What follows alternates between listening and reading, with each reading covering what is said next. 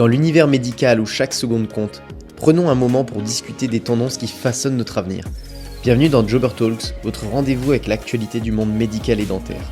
Ensemble, on parle recrutement, actualité, enjeux et tendances de ce milieu aussi particulier que primordial pour notre société.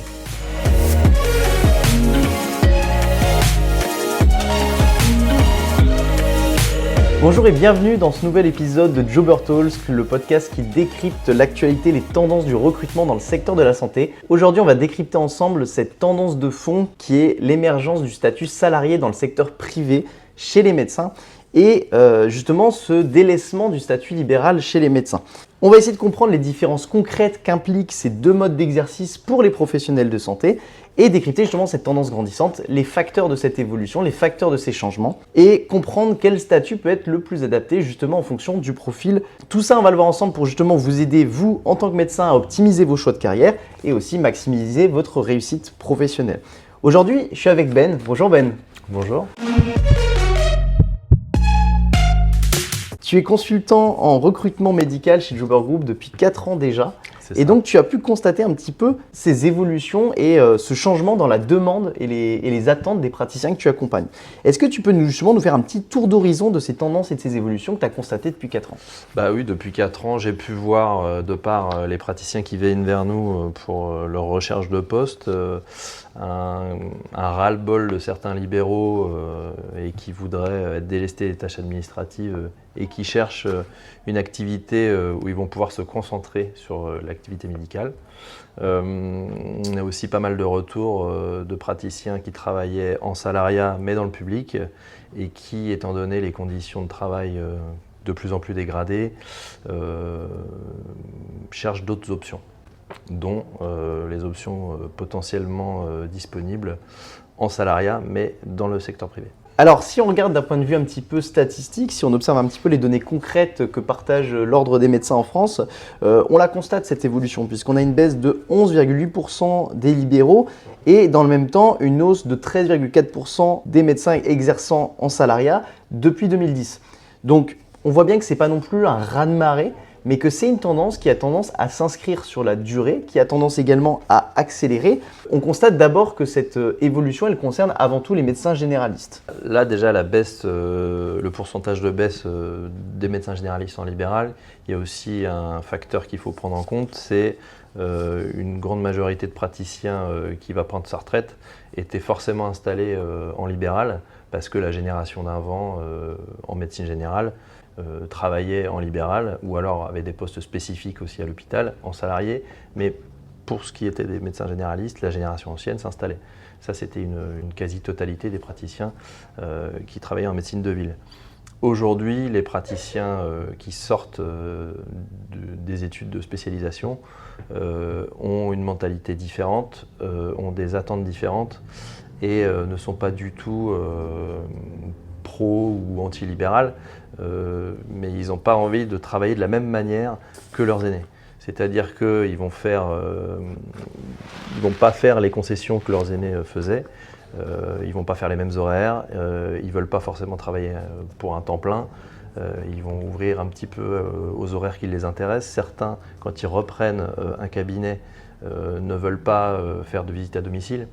Donc on voit que la mentalité de la nouvelle génération est complètement différente. Ils vont mettre en avant des qualités de vie qui vont être très très importantes pour eux. Du coup, ce que tu nous dis là, c'est qu'un des premiers facteurs justement de cette évolution, c'est avant tout un changement de génération aussi d'arrivée et que le modèle du médecin de famille installé en libéral qui travaillait de 7h à 21h tous les jours, parfois même les week-ends, aujourd'hui c'est quelque chose qu'on ne retrouve plus chez la nouvelle génération.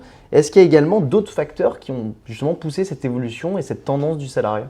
Oui, parce que la question de génération et du départ à la retraite de pas mal de praticiens en libéral, c'est pas 100% du pourcentage que tu nous as indiqué. Il y a aussi des praticiens qui n'attendent pas d'être à la retraite pour vouloir changer de statut, parce qu'ils estiment que ça devient ingérable. Ils croulent sous de l'administratif qui va gréver un temps de pratique médicale qui est assez importante. Donc c'est mine de rien un manque à gagner. ils se retrouvent à gérer une structure. Et a priori, ils sont diplômés pour faire de la médecine et pas autre chose. Et là, quand ils se retrouvent à faire 30% d'administratif pour 70% de médical, ils estiment que c'est trop et ils aimeraient pouvoir se concentrer sur leur cœur de métier et sur leur patientèle.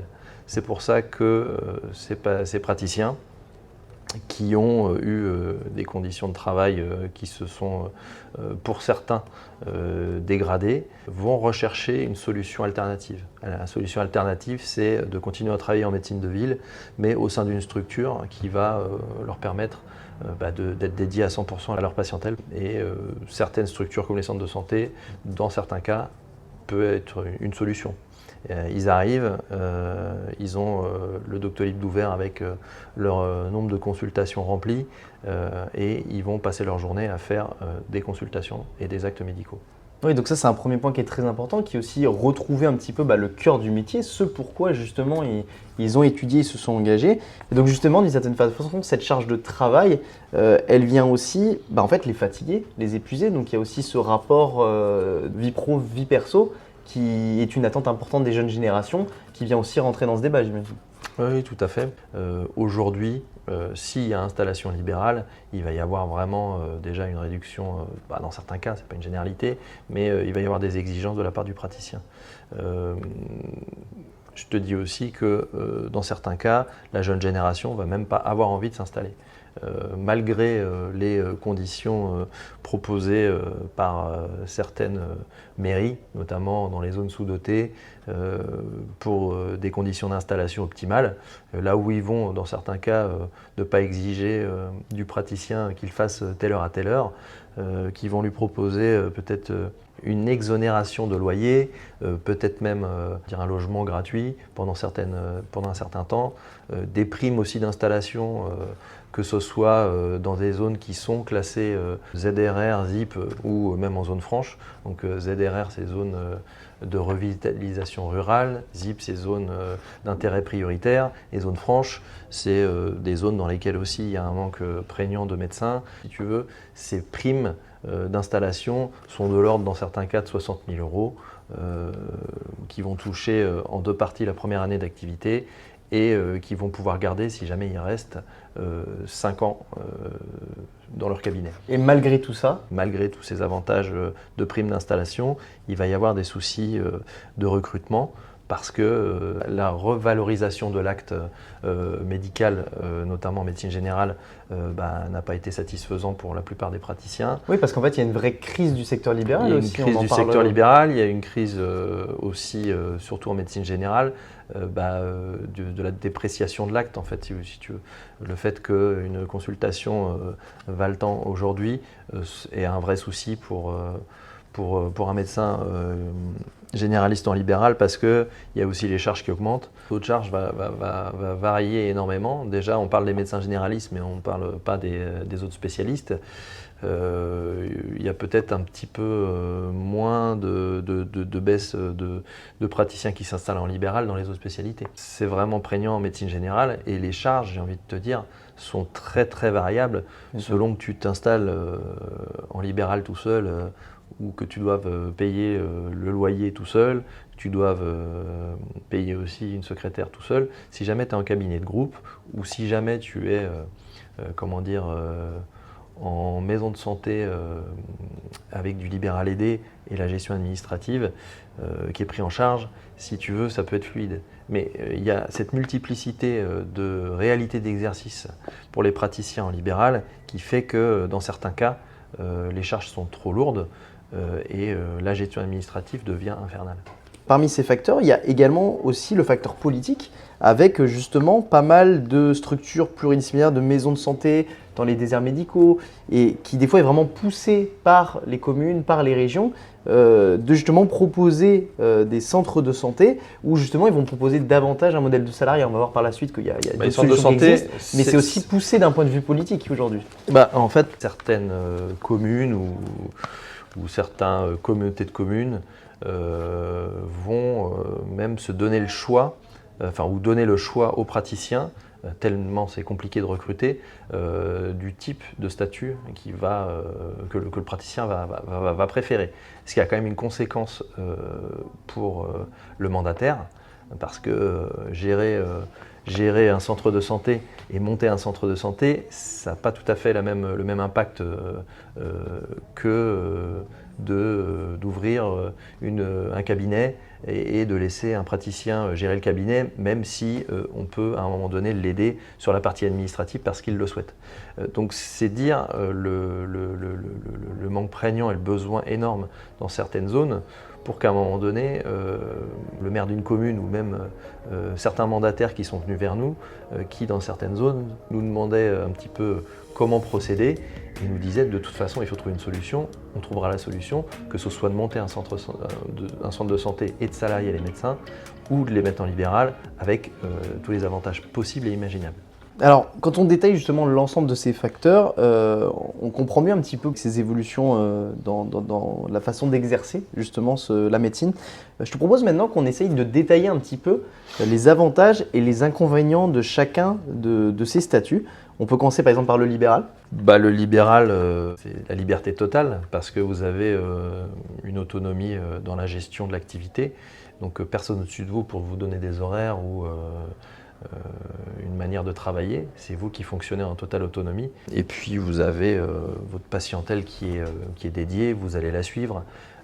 Ces patients qui sont de plus en plus nombreux à se retrouver sans médecin, si jamais ils vous prennent comme médecin traitant ou peu importe le secteur où vous êtes installé, vous allez avoir un vrai lien avec le patient. C'est ce qu'on peut mettre en avant. La liberté dans la manière de travailler et aussi sur les modalités d'exercice, sur l'organisation que vous voulez mettre en place, c'est vous qui allez tout gérer. Donc ça, c'est les avantages.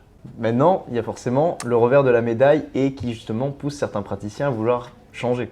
Ces avantages, ils sont aussi associés à une gestion administrative que le praticien va devoir gérer seul. Si jamais il est complètement indépendant et qu'il est isolé, c'est lui qui va tout gérer. C'est lui qui va gérer la gestion du cabinet, l'entretien du cabinet, tout ce qui est matériel, l'emploi de la secrétaire, la mise en place du Doctolib, toutes les relations avec la sécurité sociale, tout ce qui a trait au poste de médecin ou médecin généraliste en libéral. Cette part administrative de l'activité peut dans certains cas être assez importante.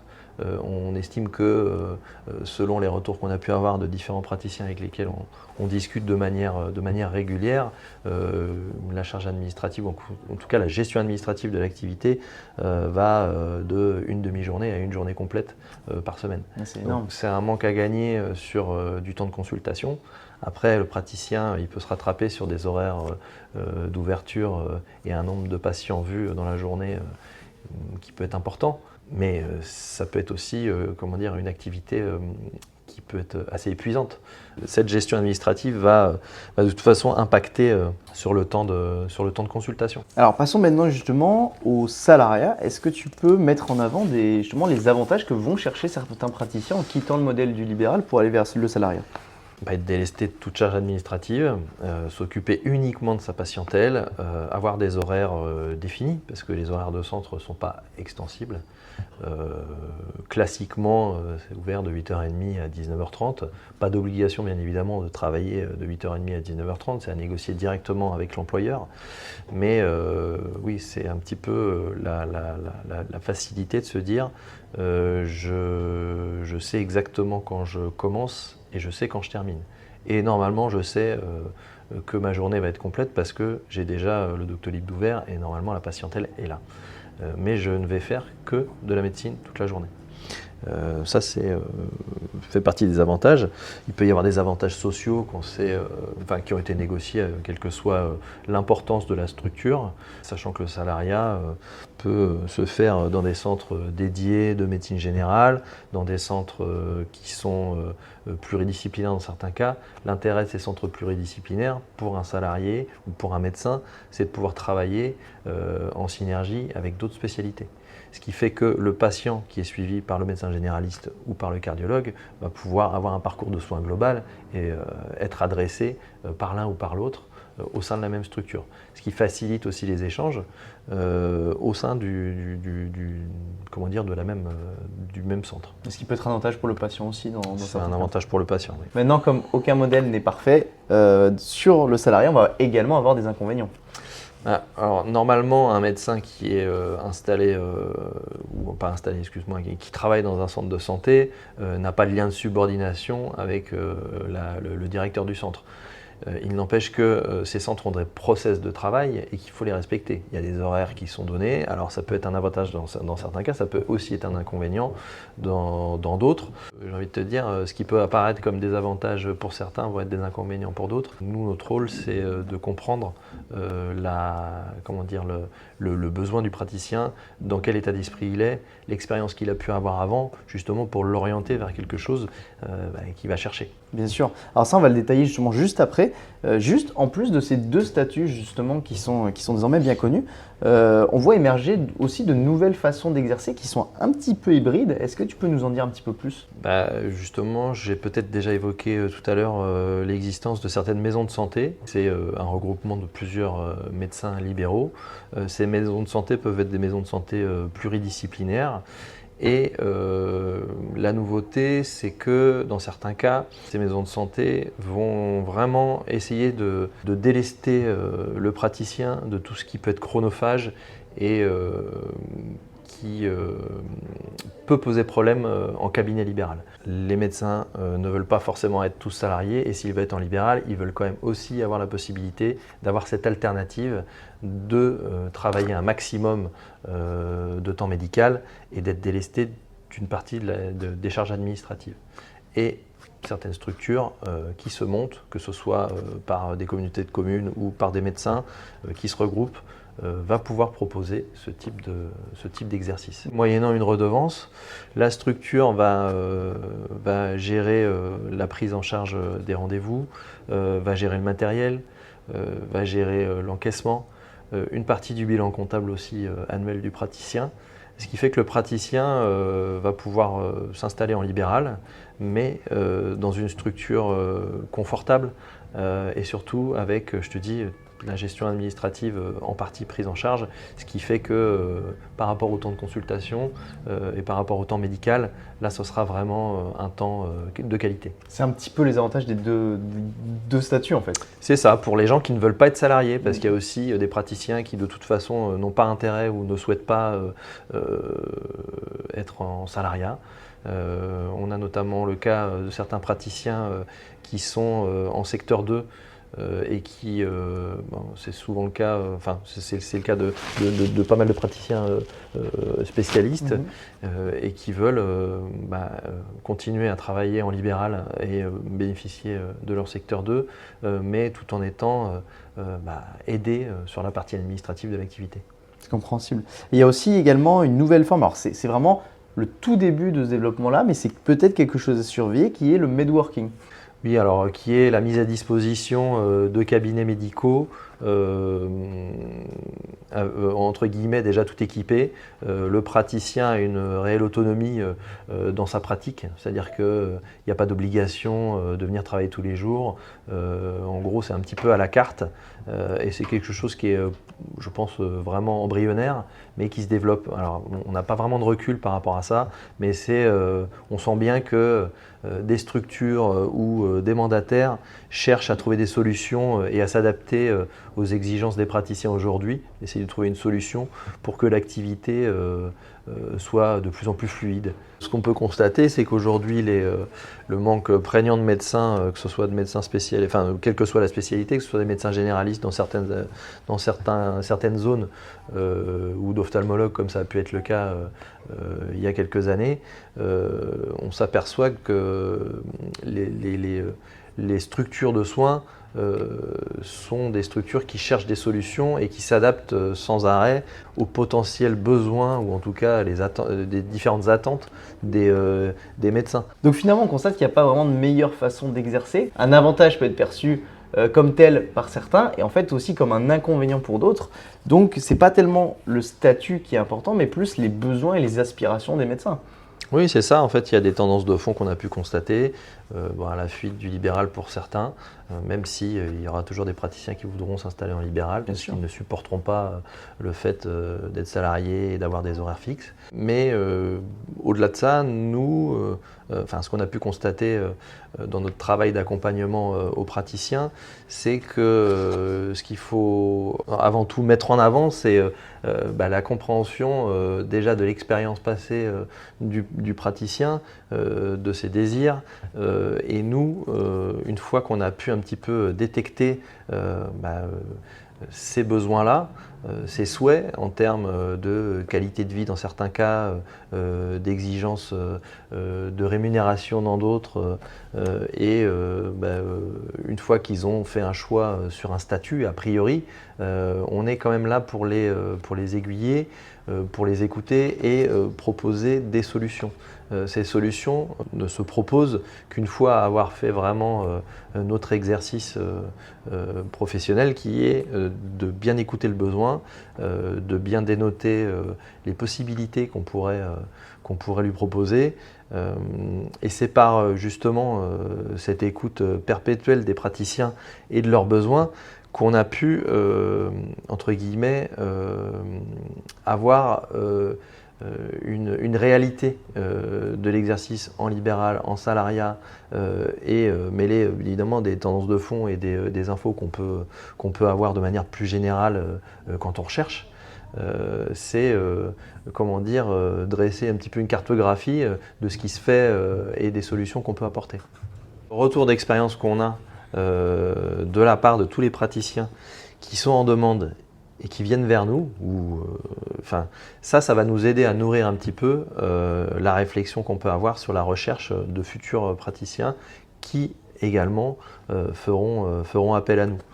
Ça nous aide un petit peu à venir nourrir notre expertise, parce que ces expériences et ces anecdotes vont nous faire comprendre la réalité de certaines spécialités, de certains statuts, de certains types d'exercices, et nous orienter un petit peu et nous aider à orienter aussi le praticien plus vers tel type de structure ou tel type de structure. C'est vrai qu'en plus, on a beaucoup parlé du cas d'un médecin généraliste, mais effectivement, la pluralité de spécialités qui existent fait aussi qu'il n'y en a pas deux pareils, avec à chaque fois des attentes différentes, des besoins différents, et qui fait que ça va aussi avoir un impact sur le statut d'exercice. Exactement. Merci Ben pour tous ces éléments de réponse, en tout cas qui nous permettent de comprendre un petit peu mieux justement cette évolution, cette tendance de fond, et qui montre aussi l'importance de ton rôle justement pour aiguiller les praticiens et pour rester à l'écoute du marché. N'hésitez pas en tout cas à consulter le site de Jobber Group pour découvrir toutes les offres qu'on a, aussi bien justement salariés qu'en libéral, et puis aussi prendre contact éventuellement avec nos consultants comme Ben. Et si vous-même vous êtes une structure justement à la recherche de praticiens, on peut également vous accompagner dans la recherche de profils adaptés. Merci Ben, on se retrouve très bientôt pour un nouveau sujet. À très vite. À très vite, au revoir.